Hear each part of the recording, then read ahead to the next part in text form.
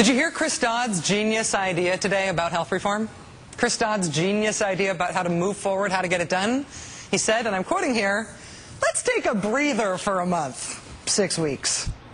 See, because if you give Republicans time, they'll come around. They'll feel embarrassed not supporting health reform.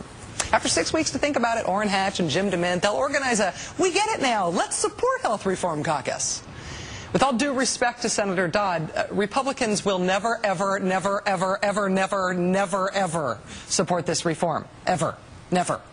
Why would they? Slowing it down this long and saying no to it this many times has reduced Democrats to zombies wandering around in circles, perking up only enough to occasionally try to kill each other. Another genius health reform idea being floated to see who'll shoot it down is to break the bill up into smaller, easy-to-swallow pieces. Just push through the things we can all agree on. Just push through the things that can pass. Who can eat a whole pie without slicing it up first, right? Besides me, I mean.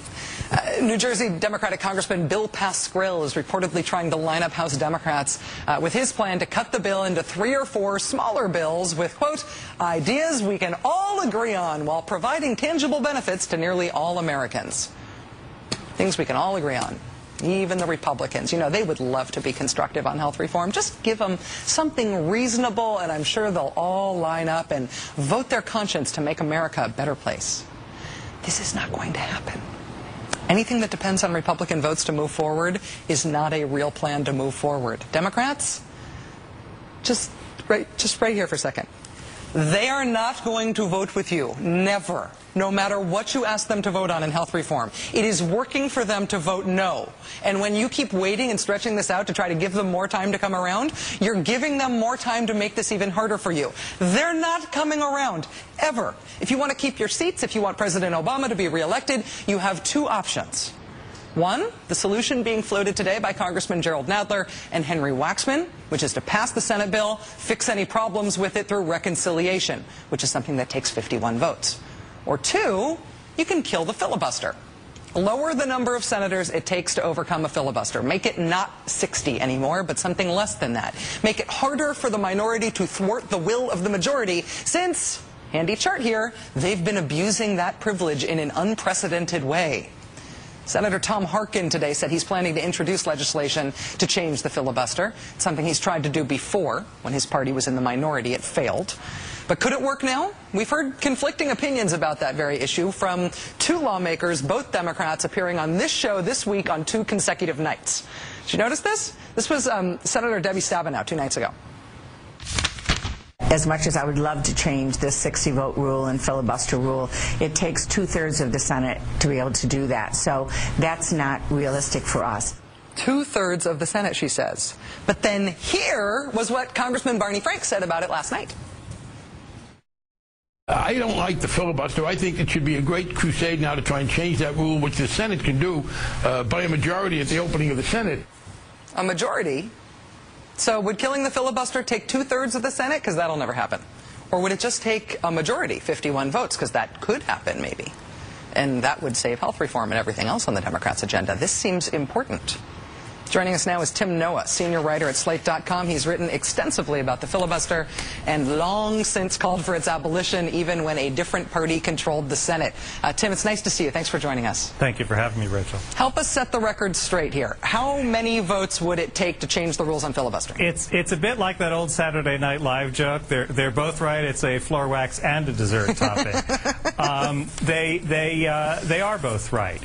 Under the current rules, it requires 67 votes, which is more votes than you need to actually kill a filibuster. But there is this other thing called the respectable term for it is the constitutional option. The not respectable term for it is the nuclear option. And you'll recall that Senator Bill Frist, when he was the Republican majority leader in the Senate in 2005, threatened to use it against Democrats. And under the nuclear option, what the majority leader does, and he needs to have a vice president of his own party, which the Democrats do have in Joe Biden. Under the nuclear option, the vice president says, I hereby declare that the filibuster is unconstitutional. I am not bound by Senate rules because they were written before this Congress came into being.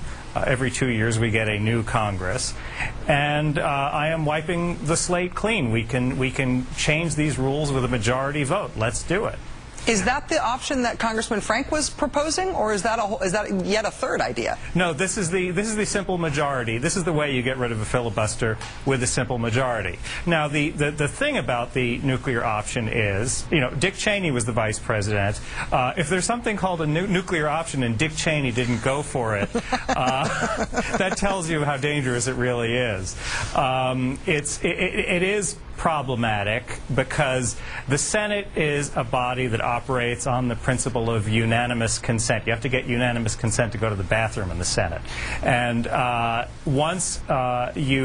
if you make the minority too angry, it can retaliate by shutting things down in all kinds of exasperating ways. We got a glimpse of that during the health care debate when Bernie Sanders introduced an amendment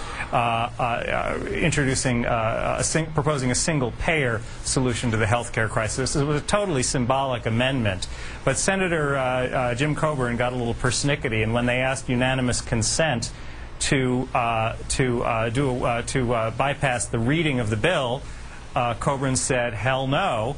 And they had to read this, you know, multiple hundred-page bill until finally Sanders gave up and withdrew his amendment. That could be life on a day-to-day basis if the nuclear option were deployed. But threatening to use the nuclear option, on the other hand, can have the effect of scaring the other side. Well, yeah, I mean, the reason we all know the term nuclear option, at least those of us who are over age 5, is because in 2005, the Republicans really did threaten to do it, and Democrats were so skeeved out about the idea that they gave Republicans a ton of concessions. I mean, that's essentially how George Bush got all his judicial nominees through. The Democrats really believed, at least they acted like they believed, it was possible, it could be done, and that they would be really out of luck if it happened when they were in the minority. How can that be the same party that's now saying, oh, it's impossible, you can't really do that? It's the central problem of game theory. How do you convince the other side that you are so crazy that you're willing to bring the ceiling down on everybody? But they did a not bad job with it. I think the Democrats need to experiment with this technique. Tim Noah, senior writer at Slate.com, who has done a lot to do some of the best expository writing about this inane, crazy rule. Thank you very much for joining us, Tim. I really appreciate it. Thank you, Rachel.